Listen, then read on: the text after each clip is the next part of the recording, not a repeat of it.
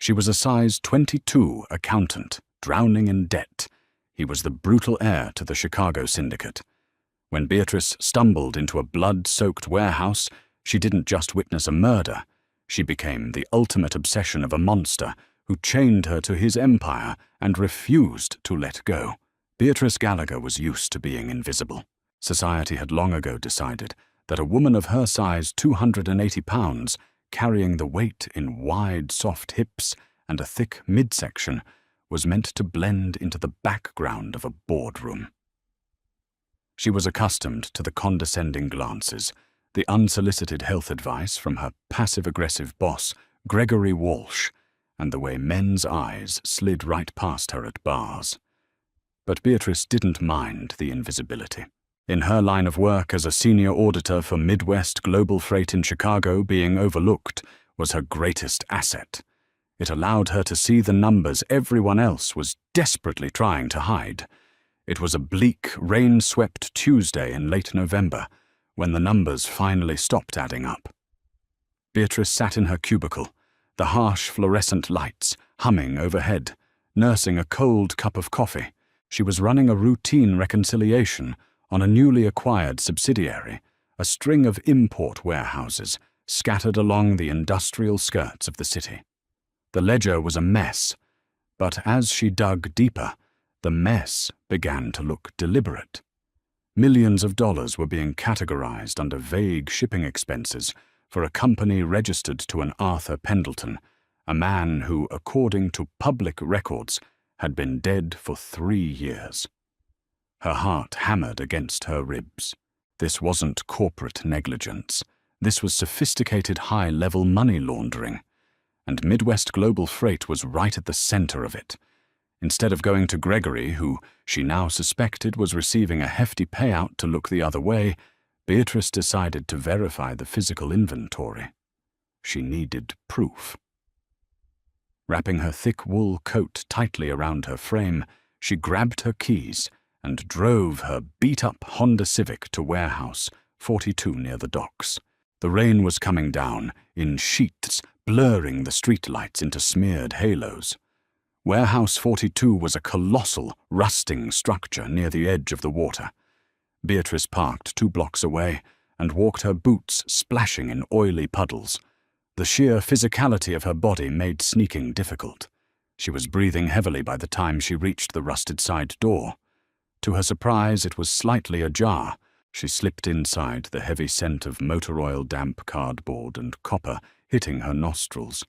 The vast interior was pitch black, save for a pool of harsh yellow light at the far end of the building. Beatrice crept closer, using towering stacks of wooden pallets as cover. As she peered around the edge of a crate, the breath was knocked from her lungs. A man was on his knees in the center of the concrete floor. He was beaten unrecognizable, his expensive suit ruined.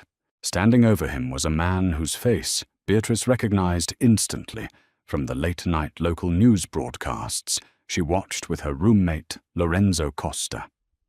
Lorenzo was the undisputed heir to the Costa crime family.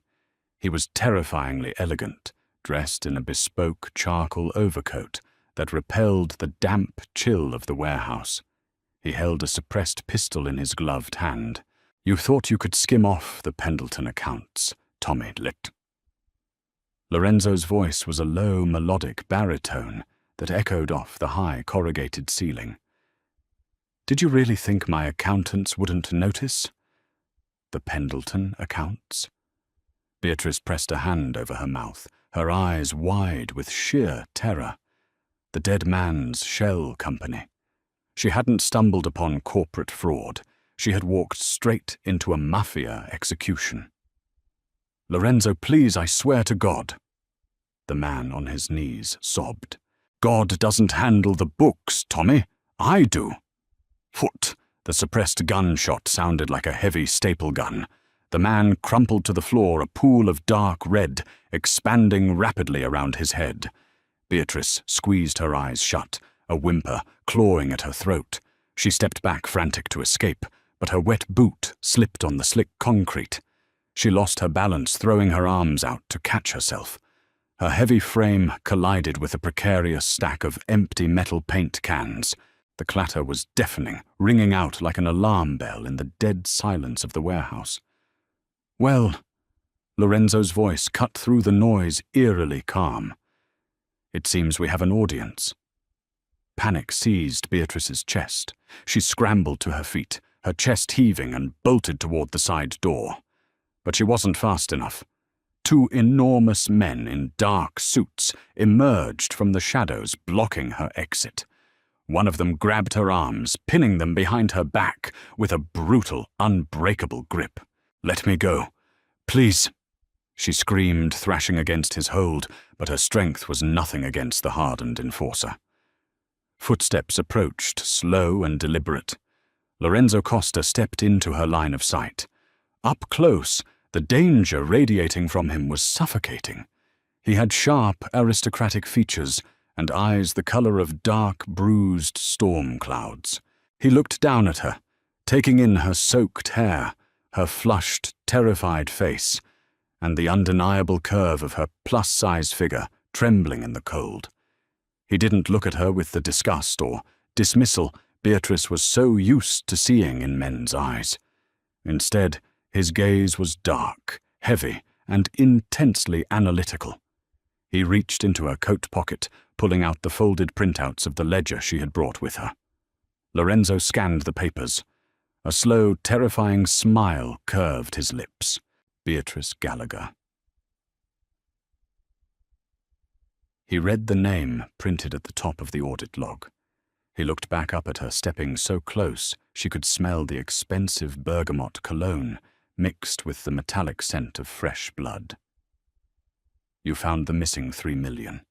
My own men have been looking for it for a month." I won't tell anyone," Beatrice stammered, tears mixing with the rain on her cheeks. "I'll quit my job.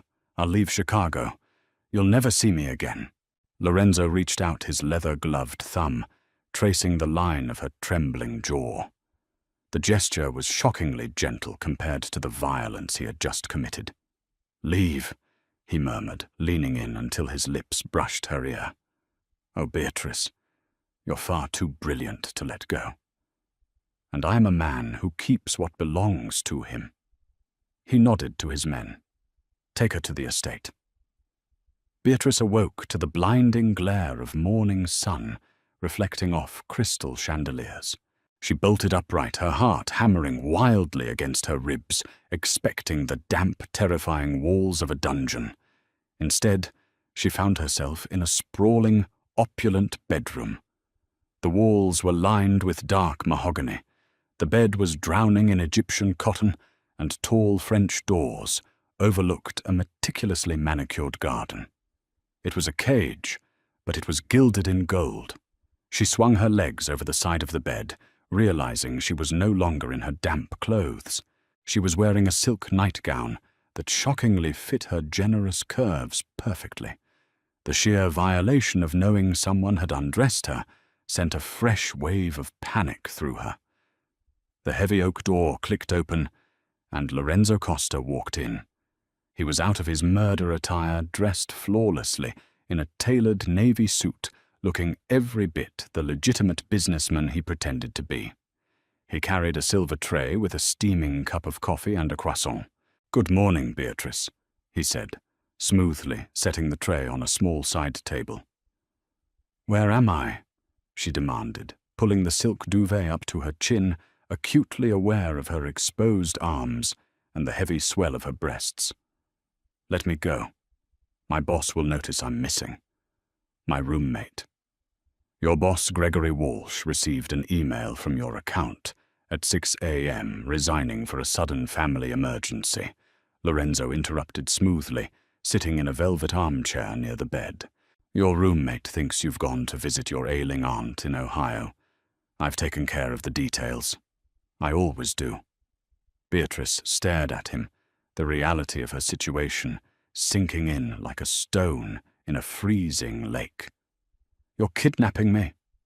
"I am employing you," Lorenzo corrected, steepling his fingers. "The men I hire to manage my finances are loyal, but they are unimaginative. They miss things. You, Beatrice, are an artist with numbers. I want you to run the Costa Syndicate's books. I won't do it. I won't work for the Mafia. Lorenzo's dark eyes hardened, the pleasant veneer slipping to reveal the ruthless killer beneath. He stood up, closing the distance between them until he was towering over the bed. "You misunderstand your position," he said, his voice dropping to a gravelly whisper. "This is not a negotiation." Over the next 3 days, Beatrice learned the true extent of Lorenzo's power. She was kept on the top floor of his fortress-like estate in Lake Forest. Armed guards patrolled the corridors, and every window was shatterproof glass reinforced with steel mesh. But the true twist came on the 4th night. Lorenzo summoned her to his private study. The room was massive, dominated by a heavy, ornate leather chair that looked less like furniture and more like a monarch's seat. Lorenzo was sitting in it, nursing a glass of scotch. "Sit," he commanded, gesturing to a heavy wooden chair opposite his desk. Beatrice complied, refusing to shrink under his intense gaze. She had spent her whole life trying to take up less space. Here, facing a monster, she stubbornly refused to cower. She sat with her back straight, her chin raised. "Before you begin your work," Lorenzo said, tossing a thick manila folder onto the desk between them, "there is something you need to understand about why you are really here." Beatrice hesitated, then reached out and opened the folder. Inside were birth certificates, old photographs, and financial records. She froze. The name on the top document wasn't hers. It was William Gallagher, her father. The father who had abandoned her and her mother when Beatrice was only 7 years old. "My father," she whispered, confused. "Your father," Lorenzo confirmed, taking a slow sip of his drink, "was not a traveling salesman, Beatrice. He was one of my father's most trusted bookkeepers. He set up the shell companies at Midwest Global Freight. When he stole from us, my father had him dealt with." Beatrice felt the air leave the room. The room spun wildly. You killed my father." "My family did. Over 20 years ago," Lorenzo said, his gaze entirely devoid of remorse. "And when you applied to Midwest Freight 3 years ago, my men flagged your name. We let you take the job. We kept you there as an insurance policy. A pawn." Tears pricked Beatrice's eyes, not out of grief for a father she barely knew, but out of a profound, devastating betrayal. Her entire life, her struggles, her career, her independence, had been carefully monitored and controlled by the very monsters who had orphaned her. "Why are you telling me this?" she asked, her voice trembling with raw fury. Lorenzo stood up and walked around the heavy desk. He knelt in front of her, his large hands resting on the soft, thick flesh of her thighs.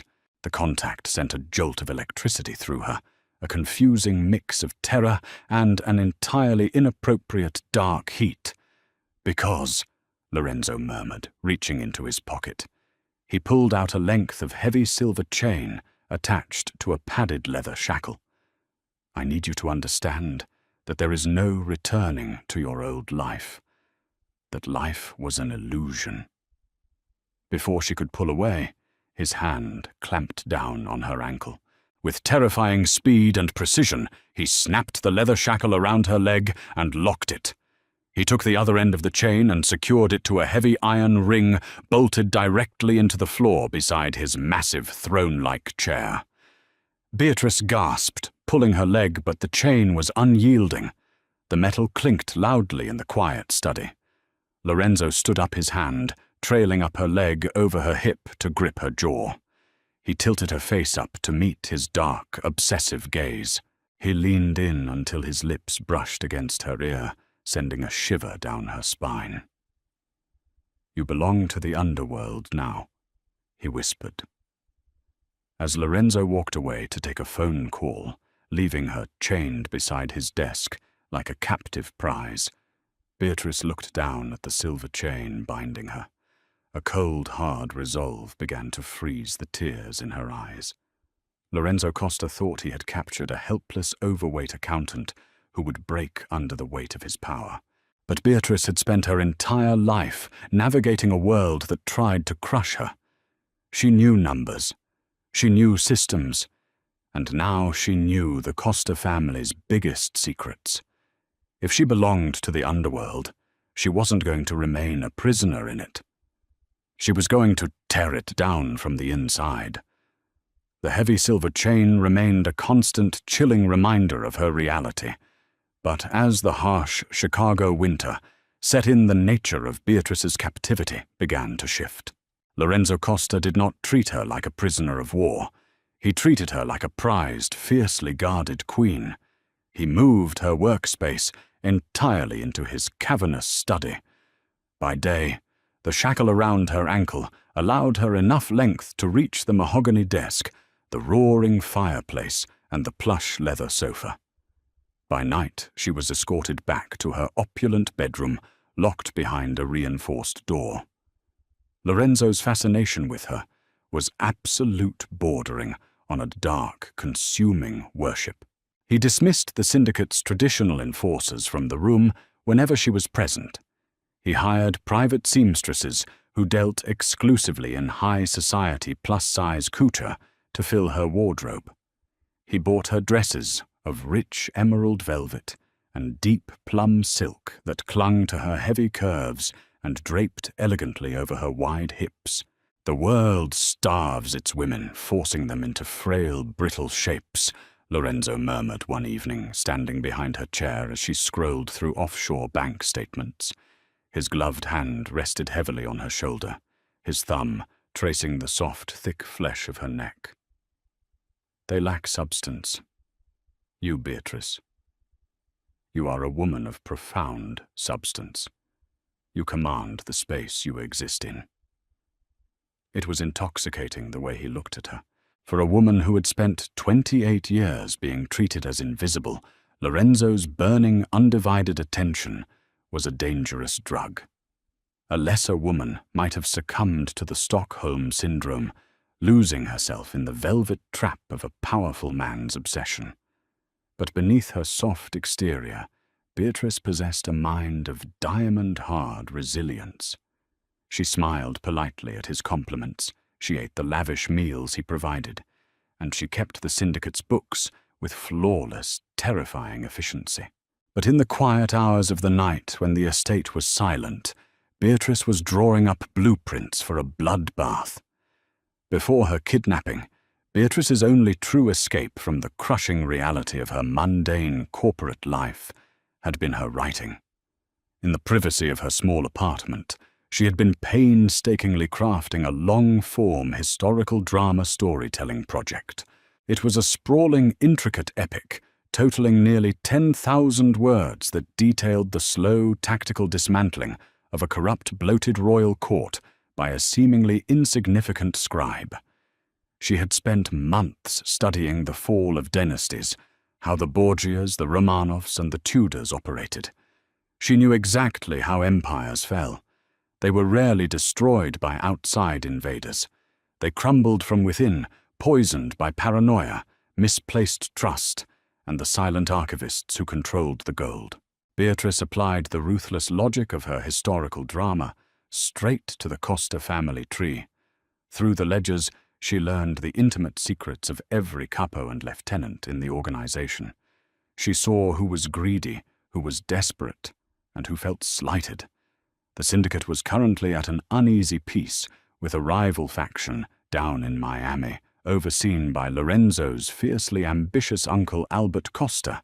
Using the encrypted servers Lorenzo himself had provided, her Beatrice began her quiet sabotage.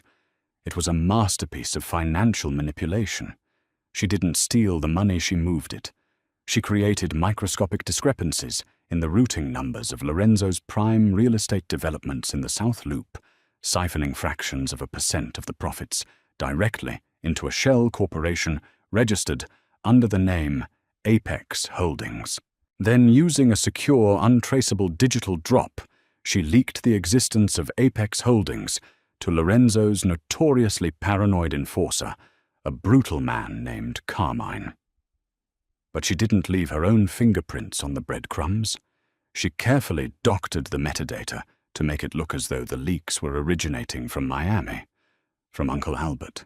She was planting the seeds of a civil war, watering them with Lorenzo's own money, and waiting for the harvest. "You look tired, mia cara," Lorenzo noted one afternoon, pulling her away from the monitors. He unclasped the leather shackle from her ankle himself, a gesture of trust he had slowly begun to implement over the past month. "The numbers can wait." "The numbers never wait, Lorenzo," she replied, smoothly rubbing her ankle. "There's a shift in the maritime transport accounts. It requires my attention." "I have 1,000 men with guns," he said, pulling her flush against his chest, his hands gripping her thick waist. "And yet my most dangerous soldier is the woman sitting at my desk. Tell me, Beatrice, do you finally accept that you belong here?" She looked up into his stormy eyes, her heart beating a steady, calm rhythm. "I accept that I am exactly where I am meant to be." He kissed her a bruising, possessive claim. Beatrice kissed him back, letting him believe he had conquered her, all while calculating the exact date his empire would burn. The eruption of the Underworld happened in the bitter, freezing rain of early April. It began with a devastating car bomb in downtown Chicago that completely vaporized Lorenzo's lead lieutenant and shattered the fragile peace of the city. The Costa estate immediately went into absolute lockdown, transforming from a gilded cage into a suffocating military bunker. Searchlights cut through the stormy nights. Armed guards patrolled every corridor with assault rifles, and a palpable suffocating panic bled into the opulent mahogany walls. Lorenzo became a creature of pure wrath. Convinced by the meticulous breadcrumb trail of financial discrepancies Beatrice had masterfully laid, he believed his Uncle Albert down in Miami was orchestrating a hostile takeover. Lorenzo ordered a brutal retaliatory strike on the East Coast, effectively plunging the entire American syndicate into an all-out, bloody civil war. For 3 grueling weeks, the Costa family bled out.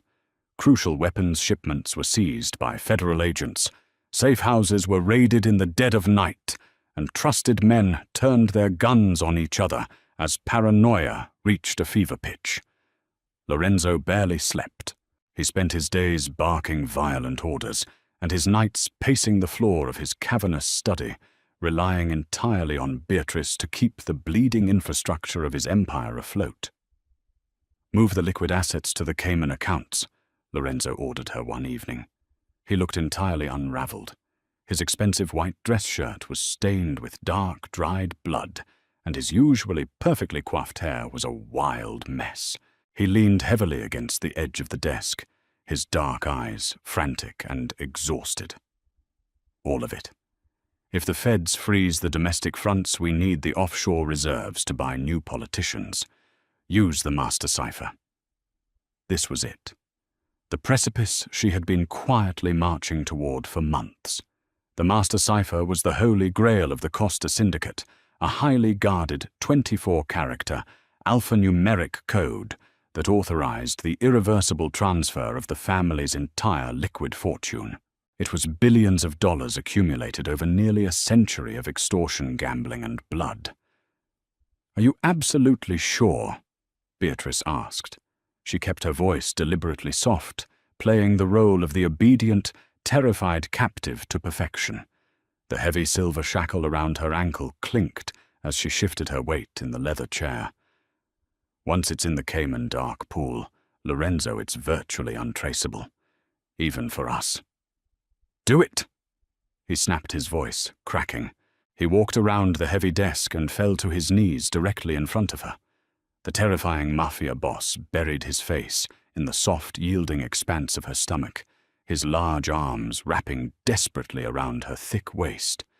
"You are the only thing in this rotting world I trust, Beatrice. They are all betraying me. But you are my anchor." the only pure thing left. She slowly reached out her fingers, stroking his dark hair with a cold, clinical detachment that would have terrified him if he could see her face. "I know, Lorenzo. I'm taking care of everything." He remained on his knees, clinging to her wide hips like a drowning man, as her fingers flew across the mechanical keyboard. But Beatrice didn't route the billions into the Costa family's secure Cayman accounts. Instead, she initiated a ghost routing protocol she had spent 5 agonizing months building in the dead of night. The massive sum of money cascaded through a dozen dummy corporations, splintering into thousands of microscopic digital fragments before quietly reassembling in a private, heavily encrypted Swiss trust. The sole beneficiary of that unbreakable trust was not Lorenzo Costa. It was the estate of William Gallagher. Transfer complete. The massive dual monitors flashed a discreet, blinding green before instantly wiping themselves entirely clean. The Costa family accounts were dead, utterly completely empty, zeroed out. Suddenly the wail of high-pitched sirens pierced the quiet, rainy night. Not one or two, but dozens of them converging rapidly on the Lake Forest estate. The heavy rhythmic thud of tactical helicopter rotors vibrated the shatterproof glass of the study windows, rattling the crystal decanters on Lorenzo's bar. Lorenzo snapped his head, up his hand, instantly reaching for the heavy firearm holstered at his shoulder. "What is that?" The heavy oak doors of the study burst open, the wood splintering. Carmine Lorenzo's most ruthless enforcer stood in the doorway, bleeding profusely from a deep graze on his forehead. "Boss, it's the FBI, the DEA, and the State Task Force. They're breaching the perimeter. Someone gave them the architectural blueprints and disabled the gate codes." Lorenzo's eyes widened in sheer disbelief. He looked at the blank monitors, then looked down at the iron ring bolted to the floor where Beatrice's leather shackle now lay completely open and empty. He had given her the key weeks ago, a symbol of his arrogant trust. He looked up at her, the woman he thought he had broken, the fat, invisible accountant he had claimed as his personal property. Beatrice stood up. She smoothed down the heavy skirt of her expensive plum velvet dress. She didn't shrink. She drew herself up to her full height, allowing the sheer, commanding physical weight of her presence to entirely dominate the room. "Who do you think gave them the codes, Lorenzo?" she asked, her voice ringing with an icy, unshakable authority. Lorenzo froze, the profound betrayal hitting him harder than a bullet to the chest. "No. No, Beatrice, you wouldn't. The money!" He lunged frantically for the keyboard, furiously tapping keys with trembling, blood-stained hands. The screens showed nothing but access-denied errors and empty vaults. "Where is it? Where is my money?" "It was never your money," Beatrice stated, taking a slow, measured step back toward the hidden panic room door Lorenzo had arrogantly shown her a month ago. "It was blood money, and a large part of it belonged to the father you murdered." "I gave you everything," Lorenzo roared, the elegant aristocratic facade entirely shattered, revealing the desperate, pathetic monster beneath. "I made you a queen. I worshipped you, when the rest of the world ignored you. You chained me to a desk and expected me to be grateful." Beatrice corrected her eyes, flashing with a magnificent, triumphant fire. "You underestimated me from the moment I walked into that warehouse. You saw my body, you saw my weight, and you assumed I was weak, slow, and meant to be possessed. But empires aren't destroyed by outside armies, Lorenzo. They fall because of the invisible people who hold the keys." The terrifying sounds of heavy tactical boots and steel battering rams echoed up the grand marble staircase. The estate was falling. The king was dead. "I don't belong to the underworld, Lorenzo," Beatrice said softly, as she pressed the concealed biometric scanner under the edge of the desk. The massive floor-to-ceiling bookcase behind her slid silently open on hidden tracks. I own it. She stepped backwards into the dark, protective shadows of the hidden escape tunnel, just as the study doors were blown completely off their hinges by federal agents. As the bookcase sealed shut with a heavy thud, plunging her into safety, she heard Lorenzo roaring her name, a broken, ruined king screaming in the ashes of his own conquered empire. Beatrice Gallagher walked calmly into the darkness, a brilliant ghost with a billion-dollar fortune, leaving her heavy chains far behind. What a jaw-dropping finale. Beatrice didn't just break her chains. She shattered an entire mafia empire from the inside out, proving that a brilliant mind is the deadliest weapon of all. Did you see that ultimate betrayal coming?